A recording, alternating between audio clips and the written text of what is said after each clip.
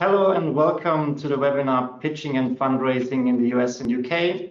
My name is Peter Pessel. I'm Head of Technology at Advantage Austria in London, the Außenwirtschaftszentrum in London. And with me on your screen, you should see Victoria Liedl from the Advantage Austria US office in New York. We are the hosts and moderators for this webinar today. And our offices, typically, we support Austrian startups, scale-ups, SMEs, companies in general, on the journey to international markets. So in this case, the UK, the US. So also if you have any market related questions or general questions about these countries, you see the email addresses on the screen. Feel free anytime to reach out to our offices in London or in New York City. But today is all about startups. Victoria and I, we have planned this webinar a long time ago. And as we're frequently in touch with Austrian companies of different sizes, mainly the early stage startups or scale-ups that have already had some success in the German-speaking regions and now trying to expand and move further to international markets. And for that, of course, both the UK and the US, for many of them on the radar. The US, of course, is the largest economy in the world. The UK, the second largest in Europe, and also sometimes seen from a strategic point of view as launchpads to the US market. But apart from the size of the market, they're also, of course, interesting countries because they're home to the most important startup hubs in the world. Silicon Valley, of course, clearly number one, but then London and New York tied number 2 and number 3 as one of the most important startup ecosystems globally. But there are also some minor differences and sometimes major differences from a business point of view in a business context, how business is being conducted and how you raise money compared to the German-speaking region. So because of these cultural differences in business, just reusing and translating your pitch deck might not work as well to win over US or UK investors. And this is our topic today. The topic is the do's, the don'ts for successful pitching and fundraising in the US and in the UK. And for this, we are happy to have two experts with us here today. We start with someone from the UK on the perfect pitch, before Victoria then will introduce later our second speaker from the US, where we focus on the fundraising journey, how startup funding works, and key factors to reach financial goals. I would like to introduce our first expert speaker. To turn on the camera, she's usually based in London. Today, she is live streaming from Scotland, I believe. I'm happy to welcome you, Sudha Kheterpal, here with us. She is professional pitch coach, coached more than 1,500 startups. She will tell us much more herself about that. She's also a professional musician, a percussionist. I will let you guess and let her tell you later with which bands she has been performing. But mainly the next 25 minutes will be all about pitching. She will give us practical advice, how to deliver the perfect pitch in front of UK and US investors. And that's it from me. I'm going to hand over to you. Thank you very much, Sudha, again for joining us here today. And the floor is yours. Yes, thanks so much, Peter. And hello, everyone. It's great to be here. As Peter has said in his wonderful introduction, and also as you can see from the screen, my name is Sudha Kheterpal. I am a pitch coach. I work with accelerator programs all over the world and in the UK. I'm a 2-time TEDx speaker and also a startup founder. So I know what it's like to be sitting at your end of the screen, looking to get your business on to the next level. So just go back there. So I'm part of a team. The team is called Best 3 Minutes, and together we have coached over 1,500 startups now and scale-ups, helping them raise well over 360 million euros. Now, these startups have been based all over the world, and our methodology is used for those startups all over the world. And what I'm going to try and do today is pull out some key facts and information for you to really be quite specific about the UK. And Peter said, yeah, I do have a music background. I tell you what, why don't you put in the chat either of the 2 bands that you can see on the left-hand side of the screen there. Anybody recognize any of those bands? Let's have a look at the chat. Can anyone see? I don't see anything as yet. Has anyone any idea of the one at the bottom left? No, nothing's jumping out. Okay, well, the Spice Girls is the one on the bottom. There's a band called Faithless up at the top. And those are a couple of the bands that I've been very humbled to have performed with over the last 30 years. And if we had more time, then I would share with you some of the techniques and tips that I've learned along the way to perform at your best in front of an audience. Okay, so moving on. Any questions during this webinar, please just put them in the chat. If there are questions in the chat and I don't attend to them at the time, then we're going to have a Q&A at the end of the session anyway. So the first thing I'd like to do is offer out an action step for you. The action step goes something like this. I'd like you to imagine that you're joining an online call and the other person on the other end of the phone is asking you and they're saying, hey, give us a brief introduction, please. And you say, well, what do you say? So what I'd like you to do is imagine what you would say. And I would like you to say out loud to yourself and introduce yourself in 30 seconds. So I think we're all on mute anyway, so that's good, but make sure you're on mute when this happens. Introduce yourself in 30 seconds, and there are no other instructions at all. Every time I do this live in the room, I leave the instructions in the taxi on my way there. I can't see the instructions anywhere. There are no other instructions. I'm going to hold up my phone. I'm going to count down 30 seconds, and I'd like you to say out what you would say out loud in 3, 2, 1, go.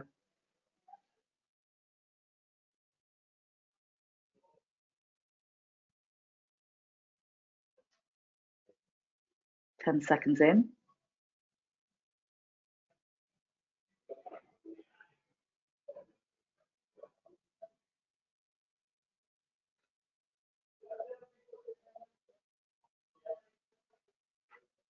Okay. And stop. Yeah, 30 seconds goes quite quickly for some people. It goes very slowly for other people. You may only have just started talking about what you wanted to talk about. So some of the things that come up during this exercise, some of the subject areas that come up, well, of course, the first thing that comes to mind is work, right? After all, this is why we're here. This is what you're doing, probably 24/7. Other areas that you may have found may look something like family, pets. Sometimes I even get aspirations and dreams coming from founders within 30 seconds. It's quite amazing what can come up when you're put on the spot and trying to talk about yourselves. So essentially, my question to you is, you had 30 seconds to say what you wanted to say. My question is, if there's a number of things that you could say, you have a lifetime's worth of experience, how do you choose what's relevant for that person on the other end of the phone or the other end of the camera or in front of you in a room? How do you choose from the many, many things that you could select from and find what's relevant for that person? And certainly at our end, this is the #1 pitching rule. Before you do any pitch, every pitch will change according to that audience. But here we like to really look at, who are we pitching to? Who are we pitching to? Because then why are we pitching? And what should we pitch becomes a lot clearer. So to break that down even more, who's your audience? What do they care about? And in the UK, you're being really specific about what they care about, what they want to hear. And to give you an example of something that you can do, an action step that you can take before you sit down and write any pitch for your relevant audience, is to think about writing down in a couple of minutes who the audience is for your pitch and think about questions like, what is their biggest challenge? What's their biggest challenge? Are they conservative or are they innovative? You know, are they going to want kind of more of the structural details, technical details, or are they kind of more artistic in their flair? Are they money focused? Do they want to see the financials? Do they want to break down of all of that as quite a lot of the pitch? Environmental, social? If yes, then they want to hear all about the impact. Theoretical, or are they doers? Do they want the action steps? What do they already know? You know, that's a big thing. Do you want to think about that and maybe not repeat what they already know? And crucially, what might their biggest objection be to your pitch? What might their biggest objection be to your pitch? The second part of this piece, you know, so once you've ascertained who your audience is what's your objective? You know, none of the investors you are talking to are going to want to be there just to listen to what you have to say. In the UK, we're slightly more reserved. They want you to get kind of to the point. So what's your objective? What do you want them to do as a result of your pitch? So get them taking an action rather than just thinking about it. So for example, what could they do at 9:30 on a Monday morning after you've done your pitch? And is it something around wanting them to provide introductions, agree to a pilot, or even plan a follow-up meeting? Give them a next step to follow, because nobody's going to sit down with a bag of cash after your pitch. So give them a next step that they can say yes to. Okay, so what makes a good pitch? Well, we find that across the globe, there are some commonalities. There really are. And this is quite interesting in terms of those technical founders out there watching this webinar. This one's particularly for you. I'm going to ask you a question. Do people make decisions based on emotions or facts? If you want to put that in the chat, Cornelia or Victoria, if I can access the chat, that would be great, because I'm not getting access to that at the moment. If you can access that, that'd be great. Do people make decisions based on emotions or facts? Please put your answers in the chat. Let's have a look. Emotions or facts? Emotions, facts. Emotions or facts? Emotions. Yeah, the majority, emotions. Okay, I'm going to put you out of your misery. Do people make decisions based on emotions or facts? Let's have a look. People make decisions based on emotions, yes, and then look for the facts to back them up. Now, Simon Sinek, some of you may have heard of Simon Sinek, talks about this brilliantly, so you can investigate more for those of you who haven't done already. People make decisions based on emotions, then look for the facts to back them up.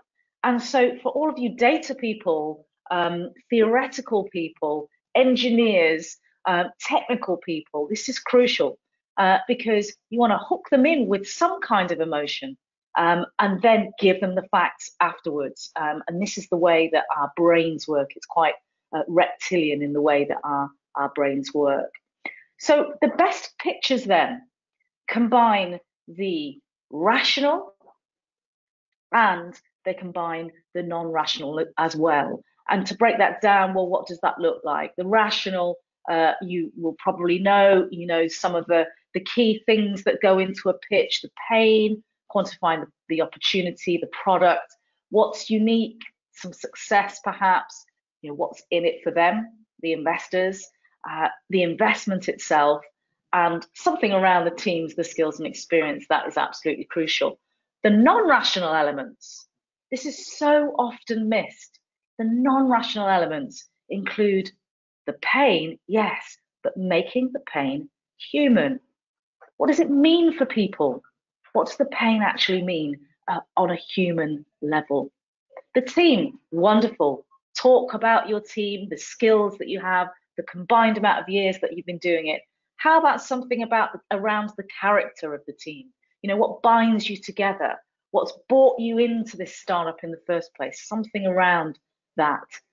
And then there's the why, your why. Why you? Because your personal enthusiasm really, really counts. And this can be subtle, you know, these kind of non-rational elements could just flavor the pitch to give the other person on the other side that you're pitching to a sense of that kind of human element. Because after all, you're a human pitching to a human. So this is Sean Percival, a US investor in Silicon Valley. He was one of the co-founders of 500 Startups. And Best 3 Minutes, we at Best 3 Minutes interviewed him a few years ago. And at the end of the interview, this is what he had to say. He said, investors invest in conviction. So if you don't have energy and passion, we're probably not going to invest. Absolutely crucial to get that energy and passion in. And as a key difference between the UK and the US, we're a bit more reserved in the UK. You know, we're, as we say here, we're a bit backward at coming forwards. And in the US, I'm sure you're going to hear all about it very shortly. In the US, it's a bit more upfront. The energy and the passion and laying it all out is what it's all about. So definitely having that passion is absolutely key, because let's face it, no one's going to want to invest in you if they can't see why you're in it and that you're going to be in it for the long haul. Okay, so I would like to offer you what I consider to be 3 of the best pitching tools ever. And I know that's a big call, isn't it, to be saying that. They are key elements when it comes to pitching. Let's take a look at what they are. Number 1 is, how do you create your storyline? This is what founders come to me and ask me a lot. You know, how do I do it? You know, I've got all of this information, I've got all these pieces, but what do you mean by the storyline even? And so my first bit of advice would be really super simple, and it's this: stop.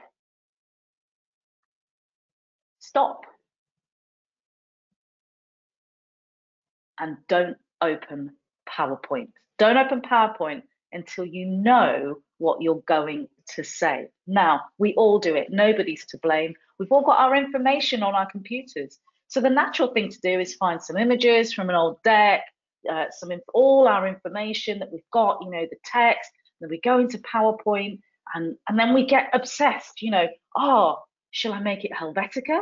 Shall I make it 16 or 18? And we waste so much time. In fact, Best 3 Minutes, we've done a survey, and we've worked out that you waste 20 to 30% of your time putting together your pitch in this way. So how do you do it? What's the best way of doing it? Well, you'll see on the left-hand side, it's the most ancient of techniques. Some of you may already use these babies as part of your design sprints, for example. So we use Post-it notes to build your storyline. And the way that it works is this. So this is the process. You use Post-it notes and brainstorm all of the ideas in your head. You get them out of your head and you put down Post-it notes, or on a big table. I've got a big table here, a big table or a wall in front of you. And you may end up with, say, 20 or 30 Post-it notes. So what you then do is you take a step back and look at what the big issues are. You say, hey, you know, there's 20 or 30 Post-it notes here. I'm going to cluster the key points together, take out duplicates, and then you kind of look and have a little bit more clarity. And then finally, you organize around chapter headings. So you move those over the Post-it notes that you have already, and you get them into clear content. So that's the process. And you see on the photograph on the left, this is what your head can look like if you go into PowerPoint. It's a mess. It's an absolute mess. You'll see on the left that there's actually some chapter headings here, but you get what I mean. It's a bit chaotic, isn't it? Once you've done this process, then hopefully what you're ending up with is something more on the right-hand side there. You've got the chapter headings in orange. You've got lovely, clear content organized into threes, and I'm going to talk about threes very shortly. And you'll actually see going down the page, you've got three sections. You've got the beginning, you've got the middle, and you've got the end. And this is so crucial. You'd be surprised at how many pitches I see that don't have a beginning, middle, and an end. So absolutely crucial in terms of getting your story straight. Some great virtual tools as well that you can use, and if you don't want to be using real post-it notes, Miro.com, mural.co, they're both great. So what topics then? What topics should be in your winning pitch? Well, we have developed the pitch canvas, and you'll find the link there on the screen and also in the chat as well. So you can click on that and have a closer look. Essentially, obviously for time reasons, I haven't got time to go through the whole pitch canvas.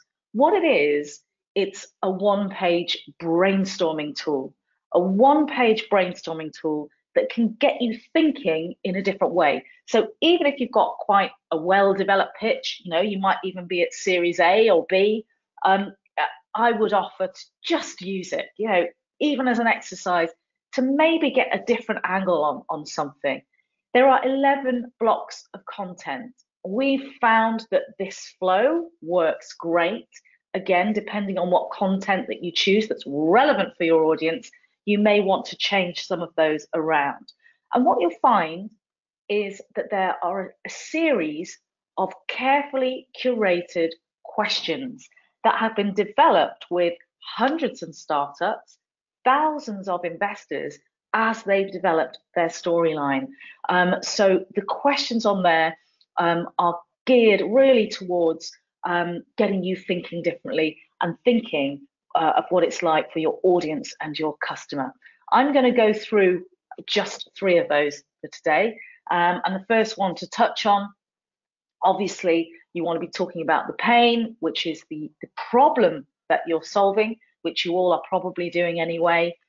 The why of the product is something that I often see is missed.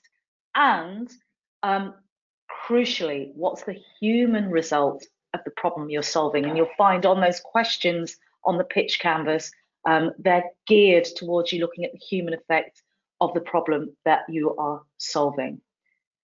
For example, lost time, more cost, complex steps, irritation, lost customers, bad reputation. These are some of the elements in terms of the human effect that your product, the problem can be to do with. So be specific, put a number on it. So for example, rather than saying it wastes a lot of time and they have to make a lot of calls, you can say it takes up to 72 hours and they have up to 30 calls to make, for example. The product, just to touch on that, it's obviously how you're solving the problem. It's probably what you're spending most of your time on. And again, think of the human effect. What can customers do as a result of your product? Really crucial to get that angle, to get that thinking straight. And finally, what's unique about your proposition? What's special and new about it? This is often the bit where you see put your competitor analysis, and it's crucial in a pitch that you pull that out for your audience so we can hear what's unique compared to that landscape. So for example, it could be the technology, partnerships. Maybe you have a complete solution as opposed to an incomplete one like your competitors. Are there any competitors to mention? Well, in the UK, we tend not to like mentioning our competitors. We kind of have their logos up on the pitch deck, perhaps, but giving name share to those competitors is something that we often don't do. In the US, my experience is that it's a lot more common to go through and name check those competitors. So that's a bit of a difference there. Point number 2 is to make the first word count, and that's to open as powerfully as you can, because the first 20 seconds buys attention. And if you're not triggering them in the first 20 seconds, your audience is probably going to switch off, because I believe they have two questions in mind when they're looking at you pitching. Is this person professional? And do I want to know, or do I even need to know more? So a couple of ways that you can potentially have a punchy intro is to quantify the problem. An example here is Moby Park, a startup that worked with us at Best 3 Minutes, and they quantified the problem by saying, you waste 20 minutes of time looking for somewhere to park. 30% of all exhaust fumes are caused by looking to park. And can you imagine a year of your life being shaved off because of trying to find somewhere to park? Really simply quantifying the problem there. Another thing you can do is to share some traction. And again, our US colleagues are really good at doing this, putting everything up front. The UK, where, as I've said, we're not so good at that. So, for example, you might, if you've got some good traction and you want to talk about it, you might put that at the front of the pitch. Say who's already buying. These are the players in the market that are already endorsing us. Recognizable brands. Yeah, let's see those. Perhaps there's a number of users or customers that are using you on a daily basis. All of these traction points can really hook the investors in at the beginning of the pitch. Like I say, questions, please ask them in the chat, and I'll answer those very, very shortly. And the final piece is point number 3, is to make your story focused and memorable. And I've already mentioned the power of 3. It's really, really crucial. Some of you may be using this already. What happens if I say this to you? Hi, I've got 11 things that I want to tell you, and there's no point in me even carrying on, because no doubt I would totally switch off. Be like, 11 things? I can hardly remember one thing that I've got to do today. I've got a whole list of things that I have to do. It's way more powerful to say, there are many things that I could tell you, but there are 3 things that I want you to remember. This is the first, this is the second, and this is the third. Way more powerful, and it consolidates everything. It brings the focus onto those 3 things. And so why 3, not 4, not 7? Well, we grew up with the power of 3.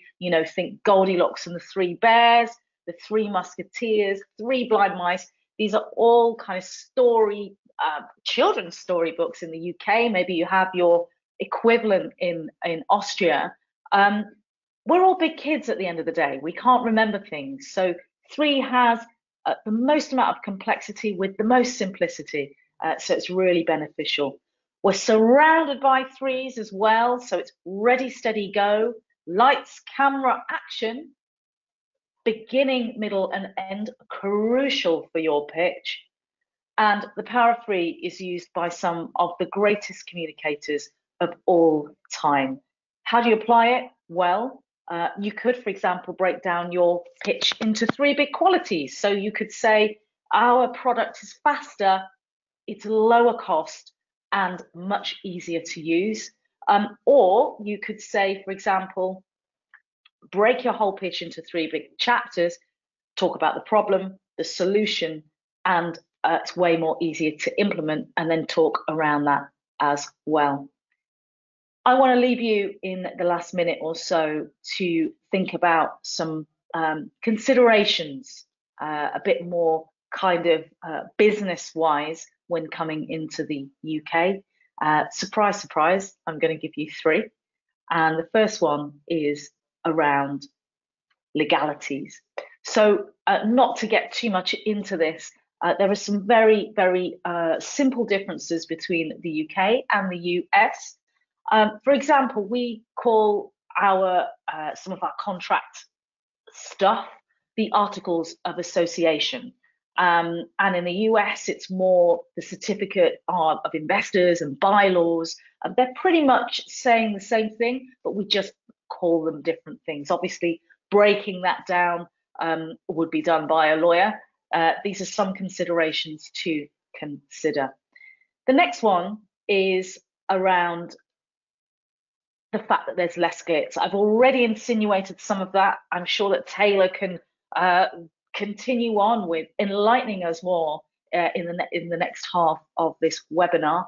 But certainly from our end, we are less glitzy in the UK. We don't put things up front. We're not show people. We don't really express ourselves that much. Maybe there's more of a similarity between Austria and the UK, but that's certainly something to consider. And finally, there's tax implications. So just to touch on that, we have the Enterprise Investment Scheme, otherwise known as the EIS, and also the Seed Investment Scheme, the SEIS. And these schemes are really crucial in the UK market, because what it means is that investors, particularly angels, can offset their tax. And so these schemes really underpin the whole market at that level. And there's something to be aware of as you come into the UK. Okay, so that is all I have time for today. Thank you so much. I know you've been putting questions in the chat. I'm happy to answer those. And of course, please do contact me. I know you're all there right now. Please do contact me on LinkedIn. I'd love to take this conversation further. Thank you. Thank you so much, Sudha. You've for sure had me with your first slide with the Spice Girls. So being a kid of the 90s, I'm so excited. Brilliant. Thank you so much for all these amazing insights. And I would like to ask you actually 2 or 3 questions. So especially for like first time founders and people who are creating their pitch deck at the very first time, what are common mistakes people make? Yeah, great question. Thanks for that. Let's go for 3. The first one would be really not thinking through the storyline. You know, like this, again, going back to this, putting everything into PowerPoint and putting all the information in there and not being clear around what content should go in there. That obviously relates to who the audience is. The main piece within that is not being clear on the problem. You know, 9 times out of 10, it's quite amazing, even if it's not early stage for early stage investment or just beginning. It's amazing that way down the line, people have got funding and they come in and they say, we can't get funding anymore. And it's like, well, actually, it's because I don't know what the problem is. So really going to that clarity, really getting clear on each of the sections that go into the pitch before you even begin, making that relevant for the audience is key. And the pitch canvas, directing you back to that again, is something that can be really, really helpful with that. That's great. And as we're now, for our next speaker, jumping to more of like a US focus, I also wanted to ask you, do you advise to have different pitch decks, like based on different investors or different markets, or is it enough to have just one and use it like broad and for everyone? Yeah, thank you. I'm really pleased you asked that. Absolutely do a pitch deck for every single investor. It's key. Going back to that #1 point that I mentioned about who is your audience, what do they care about? You know, there's going to be maybe 3 investors that you're pitching to all in one meeting. Each one of them will be looking for different things. So you might want to average out what those things are. Research them, go on LinkedIn and find out who they are. Look at their blogs, look at their posts, look at what they're interested in. Look at how they write. Do they want all the detail? Are they technical? All of those things. So in answer to your question, definitely a different pitch for every investor. You can have a template of a generic pitch that you come up with, and then you add in a bit more detail, or you take out a bit of the technicality and focus on the financials if it's somebody legal. And the other piece of that, which is what I get asked a lot, is how do I do an investor deck? And is my investor deck different to my pitch deck? I recommend doing 2, one for your investors to send and one to use for your actual pitch, which would have a lot less text because you're going to be talking over that. But essentially, they're saying the same thing. Perfect. Thank you so much. And also, Sudha is going to stay with us. So if you have any further questions, please feel free to put them in the chat. after Taylor's presentation, we will have some time for Q&A. And yeah, I'm sure there are still open questions. So please don't be shy and put them in the chat, and we will get back to them at the end of the presentation. Thank you, Sudha. And now we are jumping to our fundraising part, and I'm very pleased to welcome Taylor Wallace. She's a serial entrepreneur with expertise in startup strategy, social innovation, and passion to profit coaching. Taylor had her first exit in April 2018 with the acquisition of her first company, FYBS, the world's first AI-powered fashion discover application. So exciting. Since then, she had built a number of new businesses and educational products born from consulting and collaborations with other international founders and entrepreneurs across various markets before transitioning to a full-time advisor, investor, and consultant for other startups in the emerging tech sector. In her role at VentureOut, Taylor is responsible for the planning and execution of the top-tier programs that define VentureOut. Very welcome, Taylor. Thanks for being with us today. And I'm handing over to you. The stage is yours to give our Austrian companies some insights on how to do fundraising. Awesome. All right, let's see if this engineering degree to use to figure out how to run these slides. All right, we're in it. So hello, everyone. Super excited to be speaking with you all today about the process of fundraising in the U.S. It is a process. We'll start with that. My plan is to kind of run through these slides that I've put together, kind of be able to speak candidly. I hope to use the chat function as well. If there are questions about things that I say that you'd like clarified, please feel free to pop those in there. And I'm going to get us started so we can cover as much as possible. So I wanted to start off with this quote. The most important thing is not to let fundraising get you down. Startups live or die on morale. So if you let the difficulty of raising money destroy your morale, it will become a self-fulfilling prophecy. And all that essentially means is, you know, we're all entrepreneurs. We clearly have thick skin. We've been told no a number of times. But as your company grows, as the number of people who are dependent on you and the success of your company grows, the pressure grows too, right? So fundraising becomes less about exploring an idea and more about, okay, am I going to be able to pay my team in the next couple of weeks? Like, this is no longer a nice to have, it's do or die. And so you need to remember that when you're going into the fundraising process, whether you're getting ready to raise a round or whatever, to take time and like really check in with yourself, because the process is going to break you down. And so if you come into it already doubting yourself, doubting your product, not eating well, not taking care of your physical self, this process can destroy you. So not to be dramatic, but I stand by that. So all right. So why it matters, I kind of just went over this, but no matter how great your business idea is, it doesn't matter if you can't support it, if you can't build it, if you can't continue to test and iterate and make it something that your customers are going to want to use and that investors are going to want to invest in. So yeah, it costs money to run those tests, to hire those people, to expand on that MVP. And so I designed this presentation to be kind of broad and relevant to a wide range of companies, whether you've been bootstrapping up until this point or whether you're in a later series or seed round and anywhere in between. So I apologize if this is basic, but I'm going to hit it anyways. So obviously there is a sequence of how we raise money and where the organization and the team should be. generally speaking, before looking to raise each round.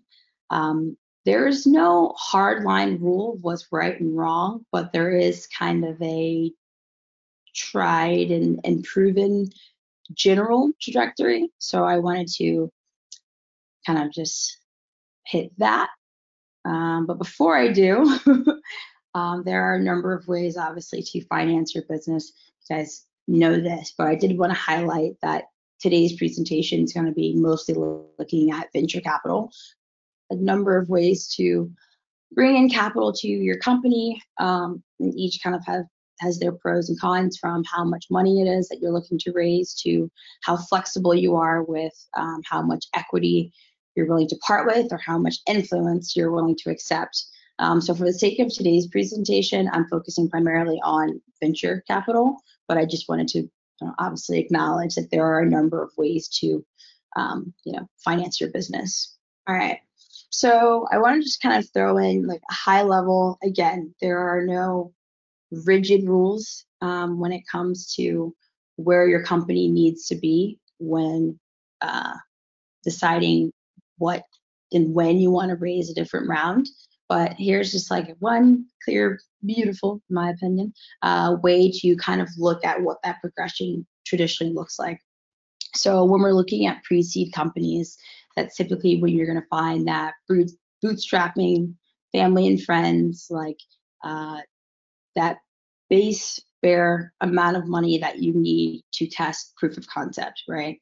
So, hey, Grandma Susan, I've got this really good idea. I know that every year for my birthday, you give me some amount of money, or this is where you kind of see like the Kickstarter stage. It's like just getting enough to take that dream you had or that epiphany when you saw someone walking through the airport with a backpack that you're like, that had like 2 more zippers there. That person could probably fit like 3 times as much stuff. Like, that's a cool idea. I wonder if anyone else thinks it's a cool idea. It's like that phase, right? So pre-seed, concepts, ideas, typical raise less than $1 million. I'm not going to go through this whole thing because you guys can literally see it. But my point in throwing this in is kind of a visual for you to look at and kind of determine where you think your organization is.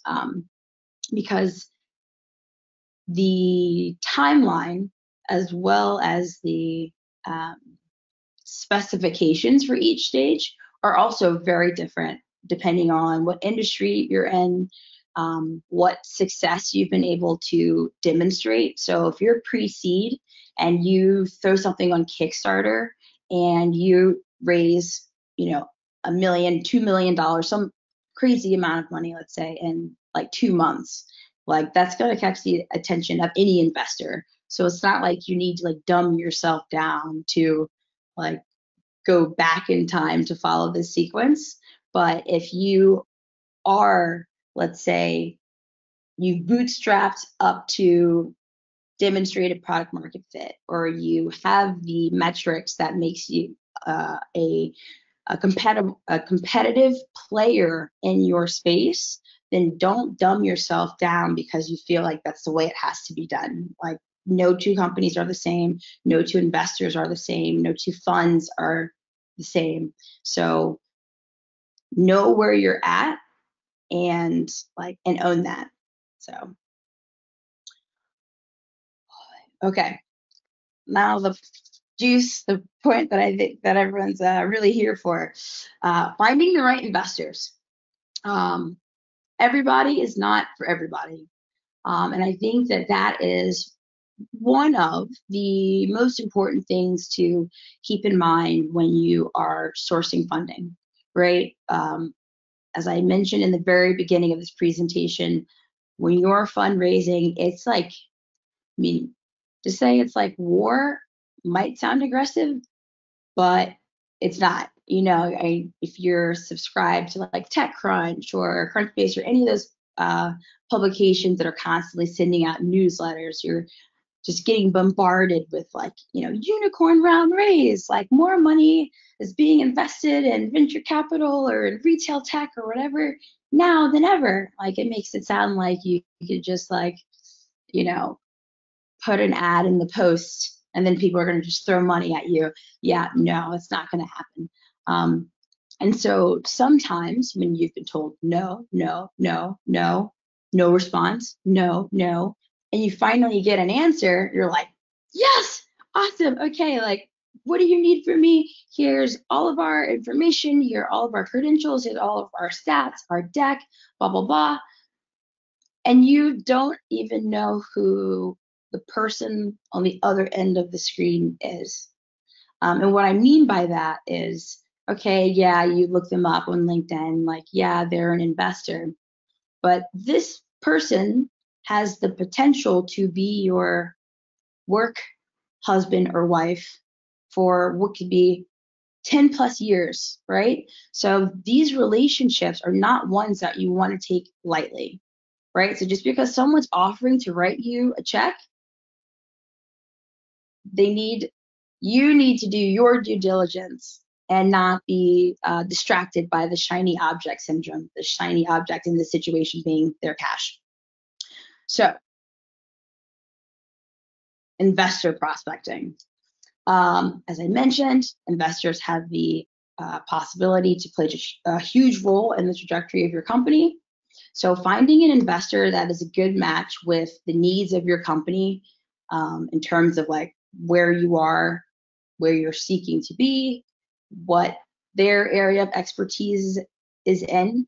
And again, like if there's one word you take away from this all, it's intention, right? You need to be intentional about every aspect of your fundraising process, from how much you're raising, from how you're raising it, and who you're raising it from.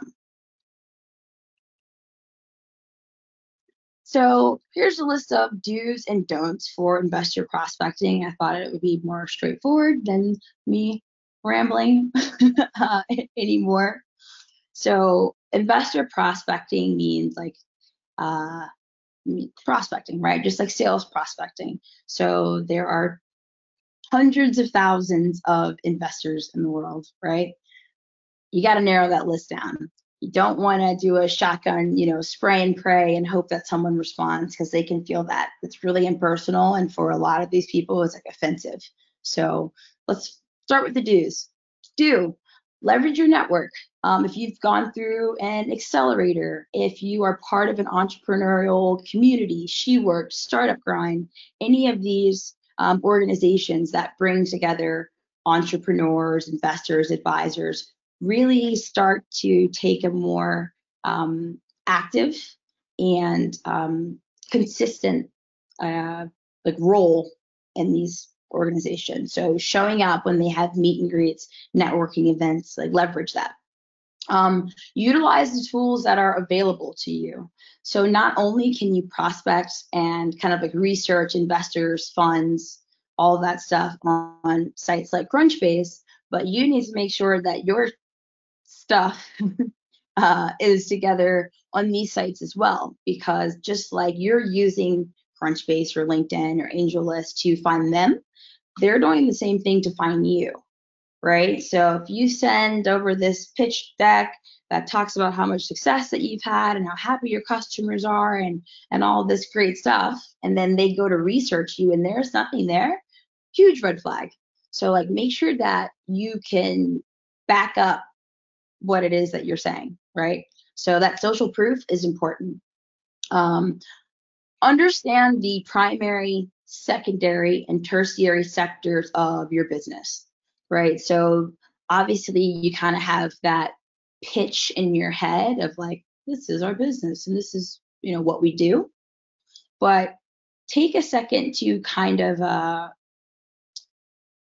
red team your business, red team your product. So think about it from like the competitor's perspective, right? So if you were really to dissect your business, so like my first company, yes, we were in fashion tech.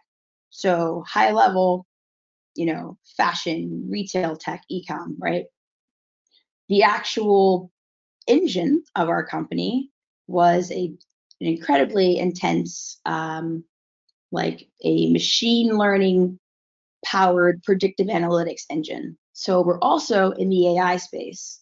But beyond that, we leverage computer vision in order to use images instead of words to be able to search for fashion. Okay, so now we're getting into data science and, so being able to clearly articulate all of the sectors that your business could apply to, because that is how you get more clear on what investors may or may not be interested in what it is that you're selling, right? If you guys are a robotics or AI startup, you don't want to waste your time chasing down an investor that only invests in health tech. Like, that doesn't make sense.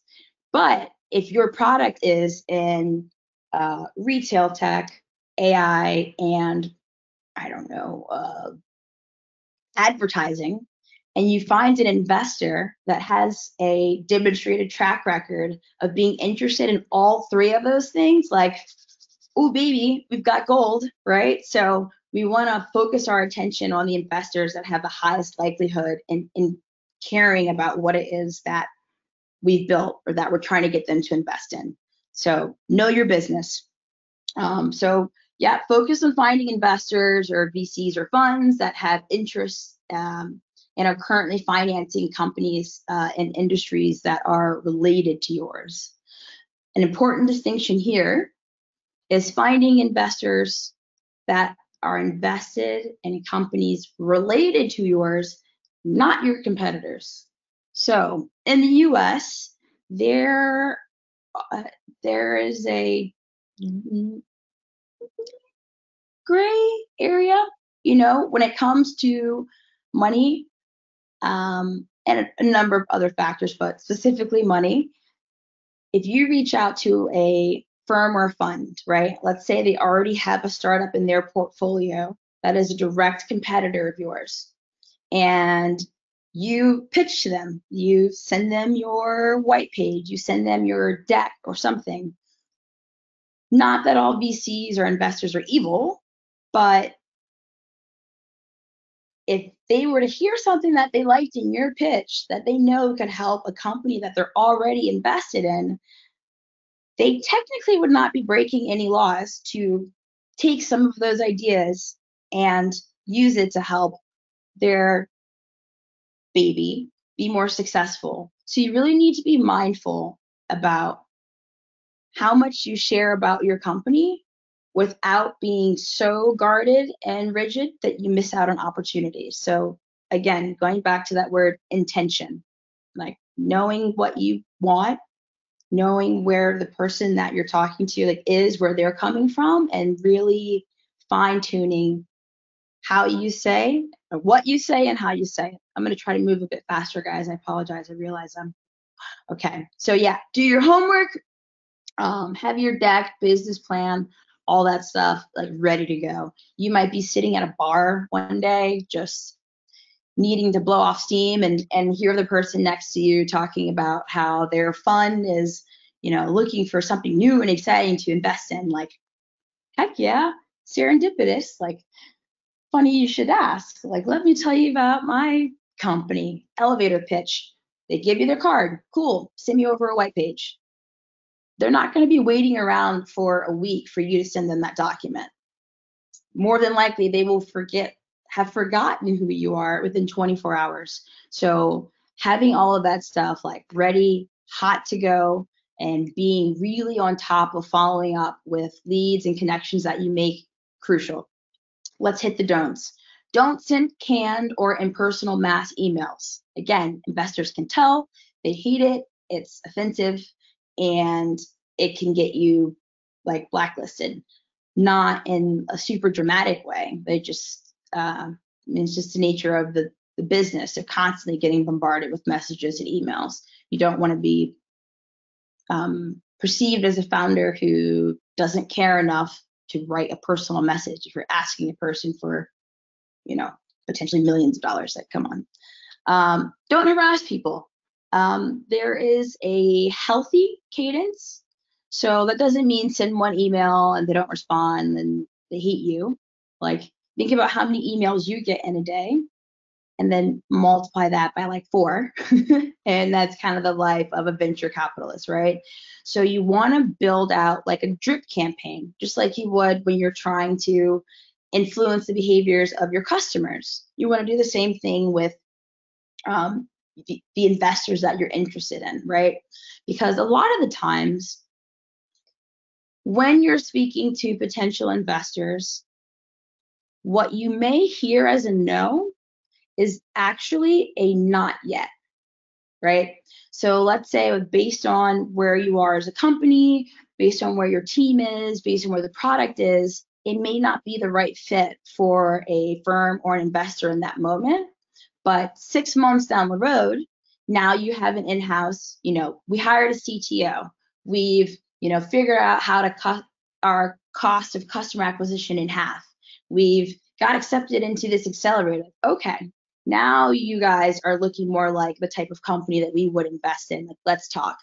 But they would never know that unless you continue to keep them up to date with the progress of your company. And there's a way to do that without, hey, it's me. Hey, it's me again. Resend. Did you see my message? Like, that's so annoying. Don't do that. Don't do that. Don't burn bridges. Sometimes investors can be assholes, like really unpleasant. And sometimes the ego kind of wants to like stick it to them. Like, you give a pitch, you feel like you crushed it. And then in the Q&A section, there's just one investor that's like, no, how do you know that? No, I don't think that's true. You're like, shut up, dude. Like, okay, if you don't want to invest in me, that's fine. But like, stop blowing up my spot. I personally had this experience during one of my first like cold pitch events where I just had this investor. It was like being in a comedy club. I felt like I was being heckled. And luckily my advisor was in the back of the room. He was just like, don't engage. And he probably saved me a lot. And that goes to the last point. Don't take things personally. Like, I know, again, sometimes when someone's talking crap about your baby, your business, which you've invested so much time and energy and everything into, it feels personal. But you have to remember, it's just business. Got to keep it moving. You can't take stuff personally. Just got to keep going forward. All right. I'm gonna go speed racer and try to. Okay. So approaching investors, I'm going to kind of skip over a bit of this because I know we're a bit short on time. But the important things are kind of like what I mentioned before. So creating an investor CRM. So again, just like you have with your customers, you want to have like a database of the investors that you are consciously targeting and be able to track the progress that you're making with each investor.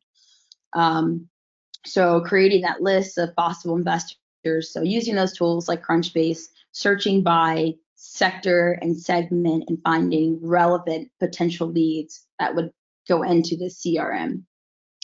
You want to create a contact strategy for each investor, right? So if you are, and this is where it's a little different, obviously fundraising from abroad is a different process, right? You can't just go into, a bar in New York that is known to be a spot where a lot of VCs hang out. Like, it has to be a bit more intentional, but that's okay. Having that strategy means that like every step that you're taking, every message that you're writing is part of the bigger plan. And so when you have that structure, you know that you're on track, right?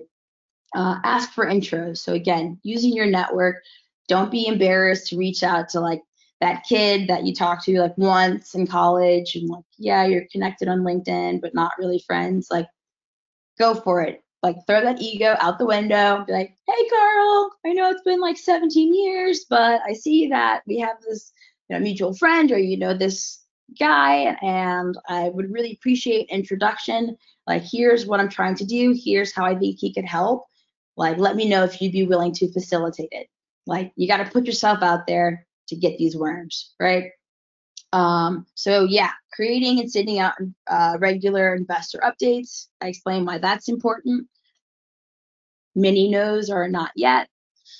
Ask the investor some questions. Like, that's really important. Again, just because someone's willing to give you money, sometimes the dollar amount they're willing to give you is not worth what they want, right? So yeah, reference calls for investors, like, it is a symbiotic relationship. So don't play yourself. Like, don't think of it as, oh, I'm so lucky that this company has chosen me and is willing to take a chance on me. It's like, nah, like, they're lucky too to have a chance to be a part of something awesome, right? So like, keep that in the back of your mind, that the relationship should be symbiotic, not you groveling at the feet of someone or some firm, because that is going to be the dynamic of your relationship if that's what you come into it with. So this is like the realistic deal process when working with a VC firm. I'm not going to go super into it because, again, I know we're super tight on time, but this is just to give context that, like, it takes time. You know, you're not going to meet someone, have one conversation, and they write you a check. Like, so the first call meeting, sometimes there's like 3 of those, right? The first call meeting, they say, okay, this sounds pretty good, but like, I want to see a bit more detail on your like financial plan, or I want to see a bit more detail on your competitive analysis, you know, because this first conversation is basically with the gatekeeper, right? So they need to have enough confidence in you and in your business to have the balls to go to the rest of their team and say, like, hey, you know, guys, I think we've got something here. So this process can take some time, but that's how we get the ball rolling. So from our first call, meeting with the partners, having to evaluate the startup and the idea, you're just constantly pitching and objection handling. I think the first presentation was amazing because I remember this process of, again, that thick skin. They're going to ask you savage questions, but that's part of the process. Fast forward, so 4 to 10 weeks. That's a good chunk of time. You got to be patient. You got to be confident. You have to like know where you're at, where it is that you're trying to go, and be able to tell that story in like 12 different languages. So I think you guys would get this sent out to you, so I won't go too deep into it again, but I think this is a really helpful visual. Okay, so watch outs. It's super important to take the time to actually run through budget forecasting for your startup. And I personally found this to be one of the more difficult parts of fundraising, especially in the technical space, because it's so subjective, you know, like working with an entire technical working with an entire technical team, optimizing things that you don't even realize are a problem when you go through this first round of forecasting. It's really tough. And there's a whole bunch of resources online and experts that can help you do a better job than I ever could with how to accurately forecast your budget with your startup. But I think that when you first start raising, just the idea of like, you're telling me I could have like $2 million in the bank right now? Like, yeah, give me that.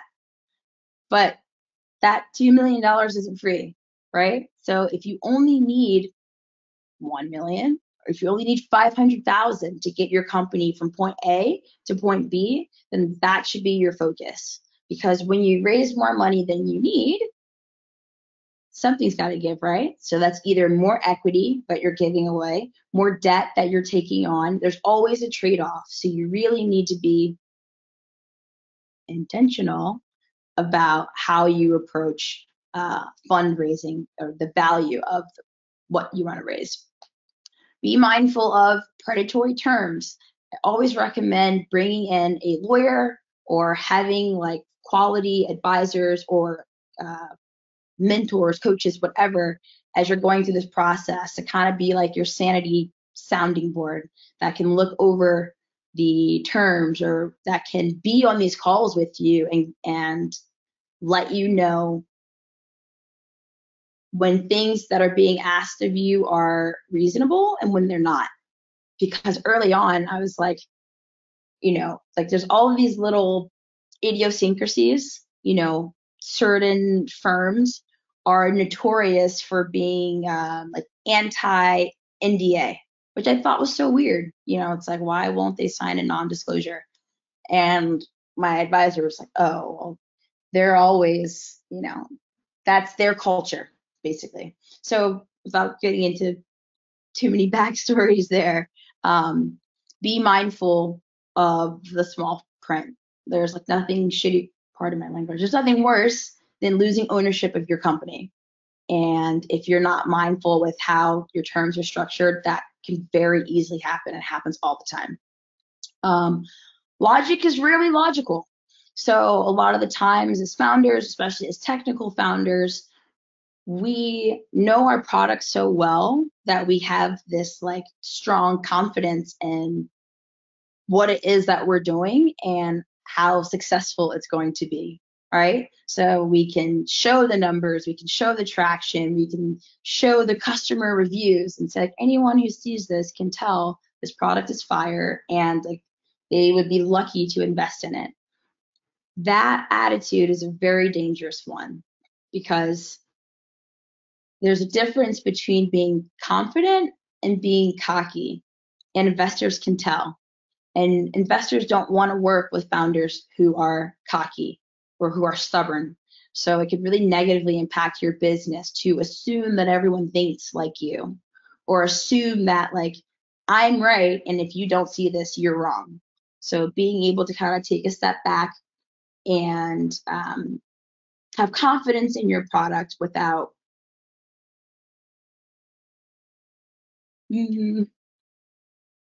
presenting the energy as though anyone who doesn't have confidence in your product is dumb, because I did that.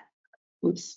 Data rules everything around me, whether you're a technical product or a service offering or whatever. Investors don't care what you think. Investors don't care what your friends think. You don't know most people. Like, make sure that every claim that you are making, you have the data to back it up. There's like no bigger red flag as an investor than a founder or a team that speaks in abstracts or absolutes. So the more data that you have, the stronger your pitch, the more attractive you're going to be to an investor. One last thing, I'm going to skip guard your mind. I think this is the most important piece of advice I've ever gotten from an advisor or an investor. Do you want to be right, or do you want to be rich? So a lot of the times when, again, we know our product, we know our stuff, we are, as far as we're concerned, subject matter experts in our world, sometimes we get these challenges and you are right and they are wrong. Like, factually speaking, they're wrong. But at the end of the day, what is the objective? The objective is to get that funding, right? The objective is to get their money, to be rich. So being able to like reprogram your brain where you realize the most important thing is not being right, it's getting that objective that we set out to get in the first place, which is funded, right? Rich. We want to be rich. So keep that in mind as you talk with investors. Don't fight. It's not a battle of the egos. Remember what your end goal is and like frame your actions and your process and strategy around working backwards to where it is that you want to be. I went way over. I am so sorry, Victoria. Do we even have time to hit this, or should I? This I can. I think because we're gonna send out the slides anyway afterwards, because we're already 12 minutes over. I think it's better to skip it. But thank you so much for all these insights, Taylor. And I also think we got 3 questions via the chat. As I said, we're gonna send out the recording of the webinar afterwards, and we will answer your questions in this email, and also send you all the links we just shared in the chat. Well, thank you everyone for joining today. Thank you, Taylor. Thank you, Sudha. I also wanted to mention that the 2 Advantage Austria offices, London and New York, which organized this webinar today. Of course, this is not our only startup event. We have upcoming landing zones and webinars and ongoing events. So please feel free to follow our LinkedIn pages, the one for the UK and the US, because we usually announce our events there, and you're always up to date when you just look at our LinkedIn pages for upcoming events of our 2 Advantage Austria offices.